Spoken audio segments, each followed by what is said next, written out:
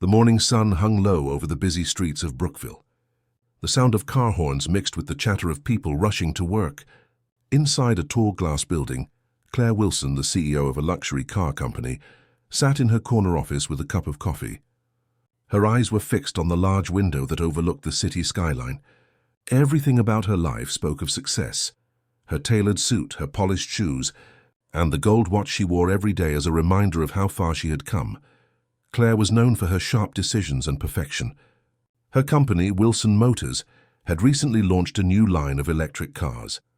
Investors loved her focus and the way she handled challenges. But there was one thing that people often whispered about behind her back: her pride. Claire didn't mean to be rude, but she had built her empire from nothing, and she had learned to trust only those who could match her pace. That morning, she was heading to a business event in a nearby town to showcase her company's latest prototype, a luxury electric sedan that was supposed to be her next big success. She was proud of it. She had personally overseen every detail, from the design of the leather seats to the shape of the headlights. It was her dream project. As she got into the car, her assistant, Ryan, handed her a tablet. "Everything is ready for your presentation, Ms. Wilson. You just need to reach the venue by noon." Claire nodded. "Good. Let's make sure nothing goes wrong today." The car glided out of the city, smooth and silent, just as she had planned it. The roads ahead were open, and the world seemed to bow to her success. She leaned back, watching the trees pass by, unaware that this day would become one she would never forget. Halfway to the event, the car began to make a strange sound. It was faint at first, a soft rattle under the hood. Claire frowned. "Ryan, do you hear that?" Ryan looked nervous. "Maybe it's the road, Mum." But a moment later, the dashboard lights flickered and the car slowed down. Claire's heart sank. "This can't be happening," she said sharply. The car stopped completely on a quiet stretch of road, surrounded by small workshops and gas stations. Ryan tried restarting it, but nothing worked. Claire stepped out, her heels clicking against the pavement. She looked around, frustrated. The air smelled of oil and dust. Across the street stood a small repair shop with a faded sign that read, "Mike's Auto Service." "Great," Claire muttered. Of all places, it had to be here. Ryan looked at her helplessly. "Should I call for a tow truck?"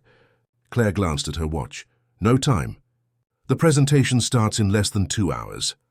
Let's see if someone here can fix it quickly." They walked toward the shop. Inside, a man in a grease-stained blue uniform was bent over an old car, his hands working steadily. The place was small and smelled of oil and metal, but it was organized.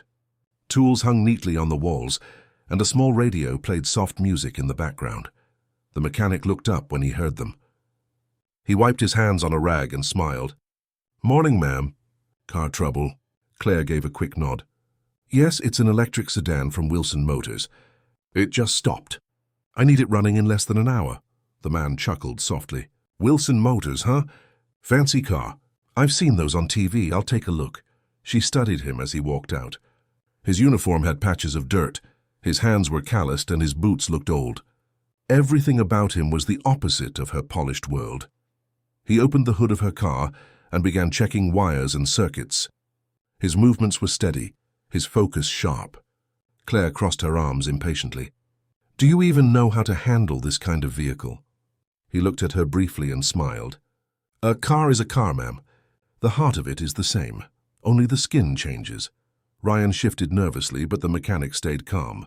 After a few minutes, he said, "Your cooling unit sensor seems fried. It's small, but it's stopping the power flow." "I can fix it." Claire raised an eyebrow. "Can you?" "This is not a regular car. It's one of the most advanced electric engines in the market." The man nodded. "I know, but let's give it a try. I'm Mike." "Fine," she said coldly. "Fix it, and if it runs perfectly again, I'll make sure you get more than a thank you." Her tone carried both sarcasm and challenge. Mike smiled again. "All right, ma'am. Then I'll do my best." As he worked, Claire stood watching. The heat made her impatient, and the sound of tools clicking irritated her. But something about Mike caught her attention. He didn't rush or complain. He worked carefully, like someone who respected his craft. His hands moved with confidence, and his eyes showed quiet intelligence. Ryan whispered, "Ma'am, should we call the company just in case?" "No," she said sharply. Let's see if this man can actually fix it. 30 minutes passed. Mike replaced a few wires, adjusted a circuit, and cleaned one of the connectors. When he finally stood up, his face was covered in sweat, but his eyes were calm. "Try it now," he said. Ryan pressed the ignition. The car hummed softly, and then the dashboard lit up perfectly. The engine purred like new. Claire blinked in surprise. "It's running?" Mike nodded, smiling slightly. "Told you, ma'am. Sometimes the smallest part makes the biggest difference." She looked at him for a moment, unsure whether to be impressed or annoyed. Then she smirked slightly. "Well, you did what even my engineers couldn't. I'll keep my word. You'll be rewarded." Mike shook his head. "I don't need a reward, ma'am. Just glad to help." She paused, a bit taken aback. People rarely said no to her. "Everyone wants something," she said. "Not everyone," he replied quietly. "Some people just like fixing what's broken." His words stayed with her as she got back into the car. She gave one last glance at the small garage before driving away. The man went back to his work, humming softly, as if nothing special had happened. When they reached the event, Claire's presentation was a success. The crowd applauded, investors cheered, and reporters filled the room. Yet while she smiled and shook hands, her thoughts wandered back to the roadside mechanic who had fixed her car without asking for anything in return. That night, as she sat in her office, she looked out at the city lights and whispered to herself, "Some people just like fixing what's broken." For the first time in a long while, Claire felt curious about someone outside her world of meetings and profits. A few days later, she called Ryan. "Find that mechanic," she said. "The one who fixed my car. I want to meet him again." Ryan looked surprised. "Ma'am, you mean the man from the roadside shop?" "Yes," she said firmly. "His name was Mike." Ryan nodded. "I'll find him." Claire didn't know why she wanted to see him. Maybe it was gratitude. Maybe it was curiosity. Or maybe it was something deeper. A sense that the man who lived so differently from her held a piece of wisdom she had forgotten somewhere along the way. But fate, as it always does, had plans that neither of them could see coming. A week had passed since the day Mike fixed Claire's car on that quiet roadside. Life had returned to its usual rhythm for both of them, but something had shifted deep inside each of their hearts. At Wilson Motors, the company buzzed with activity. New investors had joined, and the sales team celebrated another record-breaking month. Claire should have been proud. After all, she had built this empire from scratch. Yet her thoughts often drifted away from numbers and meetings. She found herself thinking about the man with the quiet eyes and oil-stained hands who had fixed her car as if it were a living thing. It puzzled her. She met wealthy engineers and designers every day, yet none of them carried the same calm confidence that man had. He worked with patience, not pride, and he hadn't even cared about a reward. That alone was unusual in her world, where everyone wanted recognition or profit. She finally asked her assistant one morning, "Ryan, did you find that mechanic?" Ryan looked up from his desk. "Yes, ma'am. His name is Michael Turner. He owns a small repair shop called Mike's Auto Service on the east side of Brookville. Did you talk to him?" "I did," Ryan said. He was polite but didn't seem too interested in attention. He said, "If the lady's car is fine, that's all that matters." Claire smiled faintly. "He really said that?" "Yes, ma'am. Should I arrange a meeting?" Claire hesitated for a moment, then nodded. "Tell him I'd like to see him at the company headquarters tomorrow morning." Ryan left to make the call, and Claire sat back in her chair, staring at the skyline through her glass window. She wondered how a man who lived so simply could feel so content. In her world of pressure and deadlines, she often forgot what peace felt like. The next morning, Mike arrived at the tall glass building. He wore a clean shirt and neatly pressed trousers. His shoes were old but polished, and his face carried its usual calm. When he stepped into the lobby, he looked a little out of place among the suits and marble floors, but he didn't seem nervous. Claire met him in her office. She was dressed in a simple navy suit, her hair tied neatly, and her usual air of confidence surrounding her. "Mr. Turner," she said with a polite smile, "thank you for coming." "Please call me Mike," he said. "I'm not used to being called Mr." She smiled faintly. "Then call me Claire," he nodded. "All right, Claire." For a moment there was silence. Two worlds had collided again, one of wealth and luxury, the other of grease and hard work. "I wanted to thank you properly," Claire said. "You saved my presentation that day." If not for you, my car would have failed in front of a room full of investors. Mike shrugged gently. Just doing what I do best. I'd like to offer you something, she continued. A position at Wilson Motors. We're always looking for skilled hands. You'd earn more than you do now. Mike looked down for a second, thinking. I appreciate the offer, he said, but I'm happy with my shop. I like fixing things my own way. Claire raised an eyebrow. You're turning down an offer from one of the top car companies in the country. He smiled. Ma'am, I mean, Claire, some people measure success with money. I measure it with peace. His words surprised her. In her world, peace was a luxury that even money couldn't always buy. You're a strange man, Mike, she said softly. He chuckled. People tell me that sometimes. Claire leaned forward slightly. Tell me something, Mike. You could be working for a big company, earning more, living better. Don't you want that? He thought for a moment. I already live well, Claire. I wake up every day, do what I love, and go home with clean hands and a quiet heart. What more should I want? She studied him, and for a brief moment she felt small in front of his simplicity. You make it sound so easy. It's not easy, he said, but it's honest. Their eyes met, and for a moment the air between them changed. There was no arrogance in her anymore, and no nervousness in him. Just quiet respect. After a short pause, Claire smiled again. All right, Mike, but if you ever change your mind, my door is open. He nodded. I'll remember that. As he stood to leave, she said, One more thing. The way you handled my car it wasn't just skill. It was understanding. You treated it like a person. Mike smiled. Machines are like people, Claire. They respond to care. When he left, Claire sat in silence, her thoughts swirling.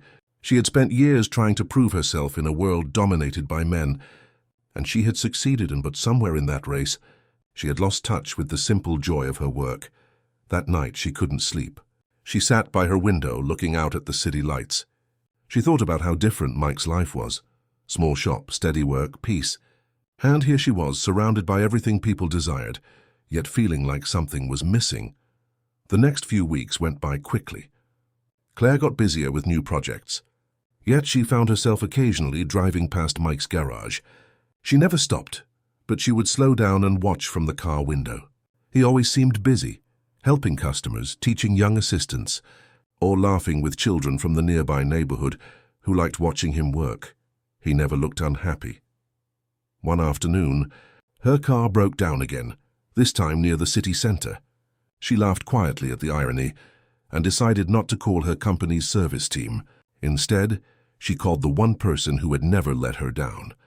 When Mike arrived in his old pickup truck, he smiled as soon as he saw her. You again, he said kindly. She smiled back. Looks like my car likes you more than my engineers. He laughed softly. Let's take a look. As he worked, she watched him closely. His movements were smooth, confident, and patient, the same as before. She felt oddly at peace just standing there. When he finished, she said, You always make it look so simple. It's never simple, he replied. But when you understand what you're fixing, it becomes easier. She tilted her head.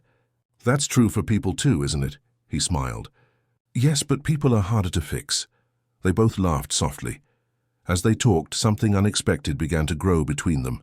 A quiet bond built not on wealth or need, but on understanding. Claire found herself looking forward to his words, his calm and his way of seeing the world. Days turned into weeks, and soon Mike's small shop started receiving visitors from Wilson Motors. Claire had begun quietly sending customers there who needed honest service. Mike didn't advertise it, but people started noticing the difference in his work. He became known not just as a good mechanic, but as one of the best in the city. One evening, Claire visited his shop again. This time she brought coffee for both of them. Mike smiled when he saw her. You didn't have to. I wanted to, she said simply. You've taught me something important. What's that? That success doesn't always come from winning. Sometimes it comes from doing things with heart. He nodded. You already knew that, Claire. You just forgot it for a while. She smiled quietly. Maybe I did. As the evening light faded and the shop began to close, Claire sat on a stool near the workbench while Mike finished cleaning his tools. The air smelled of oil and metal, but it felt oddly comforting. You ever thought of expanding your shop? She asked. He chuckled. With what money? She looked at him seriously. What if I helped you? As a partner. He paused and looked up. You mean business partner? Yes, she said. You know engines? I know management. Together we could build something honest, something that helps people. Mike looked thoughtful. I appreciate the idea, Claire. But partnerships need trust, not just plans. She nodded slowly. Then let's start with trust. Their eyes met again, and this time, it wasn't just respect between them. It was something deeper, something neither of them could name. As Claire drove home that night, she felt lighter. For the first time in years, her heart felt something it hadn't in a long while, peace. And somewhere deep inside, she knew this was only the beginning of a story that neither of them could have imagined.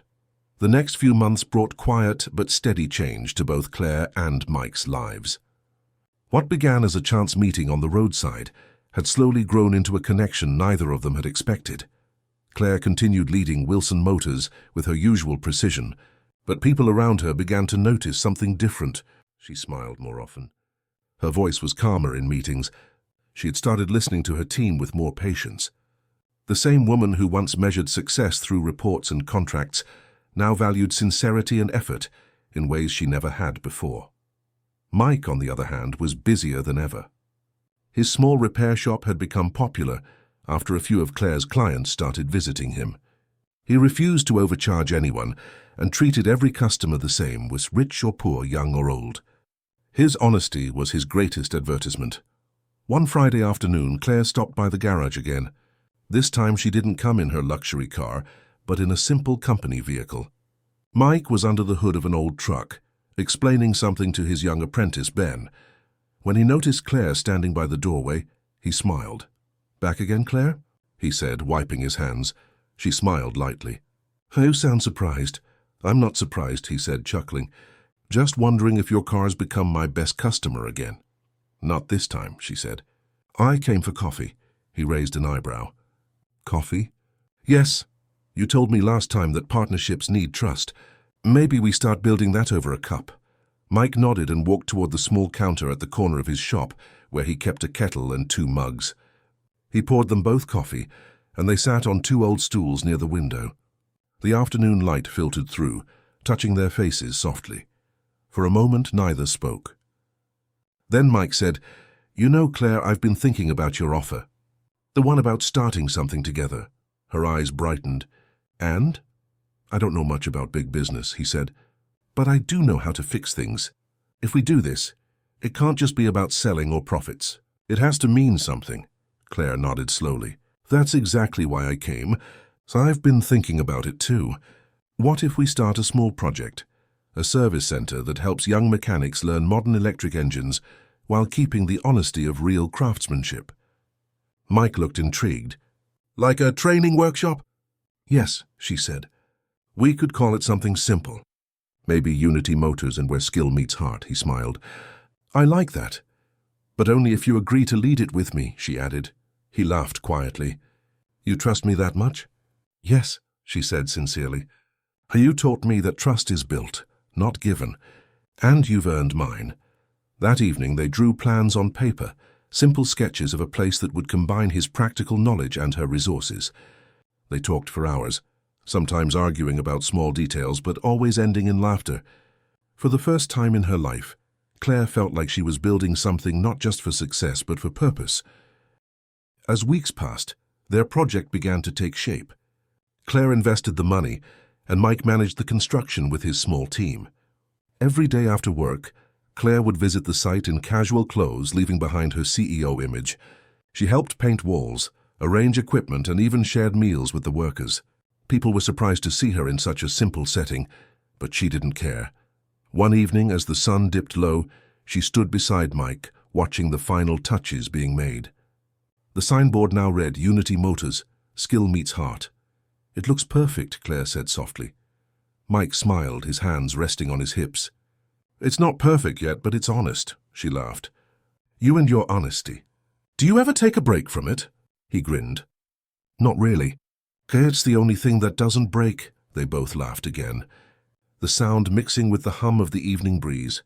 When Unity Motors opened, it was an instant success, not because of flashy marketing, but because of the story behind it. People loved the idea that a rich CEO and a humble mechanic had joined hands to create something good. Newspapers wrote articles about them, and even business magazines praised Claire's vision. Yet Claire always said, "It wasn't my idea alone. It was Mike's heart that made it real." Mike, however, avoided the attention. He stayed in his workshop, training the younger mechanics and fixing cars with the same care as always. He never changed his ways, even though people now looked at him with admiration. One afternoon, after a long training session, Claire walked into the workshop carrying lunchboxes. "I forgot to eat again," she said, placing them on the table. Mike looked up, smiling. "You didn't have to bring me food." "I wanted to," she replied. "You've been working all day." They sat down and ate together quietly. The smell of oil mixed with the warm scent of food, creating a strange but comforting atmosphere. "You know," Claire said after a while, "when I first met you, I thought you were just another small-town mechanic." He chuckled. "And now? Now I think you're the most grounded person I've ever met." He smiled softly. "And when I first saw you, I thought you were just another rich executive who'd never get her hands dirty." She raised an eyebrow. "Was I wrong?" "A little," he said. "You surprised me," she laughed, her eyes shining. "Maybe we both did." As their friendship deepened, people began to notice the way they spoke to each other, the quiet respect, the easy laughter, the way she listened when he talked and the way he smiled when she arrived. It wasn't loud or dramatic, but it was real. Then came the day that would test the strength of what they had built. One morning, during a meeting at Wilson Motors, one of Claire's board members stood up and said, "We've reviewed your financial reports, Claire. You've diverted company funds to this Unity Motors project. Some of the investors are not happy." Claire stayed calm. Unity Motors is a partnership that benefits both the company and the community. It trains workers who could later join Wilson Motors. Another member frowned. "That's not how it looks on paper. People are saying you're using company money for personal interest." The words hit her like a cold wave. She had expected criticism, but not suspicion. "That's not true," she said firmly. "Every expense is documented. You can check," but rumors spread quickly, and soon the media started writing stories. CEO's secret partnership raises questions. Claire felt betrayed. The same people who had once praised her were now doubting her integrity. For the first time in years, she felt powerless. When Mike heard about it, he came straight to her office. She was sitting by the window, looking out at the city, her face pale. "You don't look all right," he said gently. She shook her head. "They think I used company money for my own project. They think I started Unity Motors to benefit myself." Mike sat across from her. "You and I know the truth. That's what matters. It's not that simple, Mike. In my world, reputation is everything." He leaned forward. "In my world, truth is everything. If it's true, it'll survive."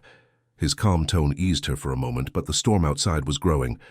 Reporters waited outside her office. Investors demanded explanations, and whispers filled the halls. A few days later, an internal hearing was arranged to review her actions. It would decide whether she would stay as CEO. That evening, Claire sat in the empty Unity Motors garage, staring at the sign above the door. Her eyes filled with quiet worry. "I built this to help people," she said softly. "Now it might destroy everything I worked for." Mike stood beside her. "You didn't build this alone," he said. "So you won't fight alone." She looked up at him, her eyes full of gratitude. The next morning, as the city prepared for another busy day, two people, a rich CEO and a humble mechanic, walked side by side toward the truth, whatever came next. They knew one thing for sure: honesty was worth defending, even if it came at a cost. The morning sun rose slowly over Brookville, its light breaking through the mist that hung over the streets. Inside Wilson Motors, the air was tense. The board members had gathered for an urgent meeting, and the topic was clear: the company's reputation, which had been shaken by rumors. Claire sat at the end of the long table, calm but weary. She wore a simple navy blue suit, her face free of makeup. She had faced many challenges before, but this one was different. It wasn't about competition or profit. It was about her integrity. The company she had built from the ground up was now doubting her, all because she chose to trust her heart instead of just her business sense. Mr. Harrison, the chairman, cleared his throat. "Ms. Wilson," he began, "thank you for coming on short notice. There are concerns regarding your involvement with the Unity Motors project. Some believe company funds were misused for personal gain. Claire met his gaze steadily. Unity Motors is a community partnership, not a personal venture. It was built to train young mechanics and help struggling workers find stable jobs. Every expense is documented and approved. Another board member leaned forward.